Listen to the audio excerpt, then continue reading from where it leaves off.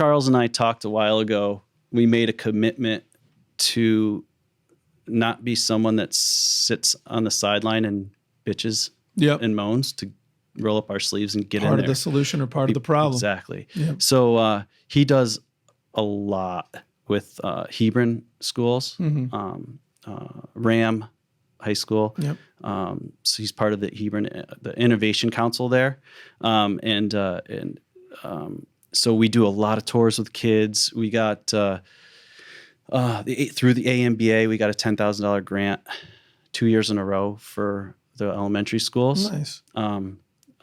We don't really have an issue with workforce development, but I think it's getting. When you guys are looking to recruit, you're not. We just hired someone through the pipeline from Ram. Okay. He's Jacob. He's graduated high school, and he was like, I'm not going to college. Right. I'm working. So he's been amazing. And we have, I think our average age of employees 33.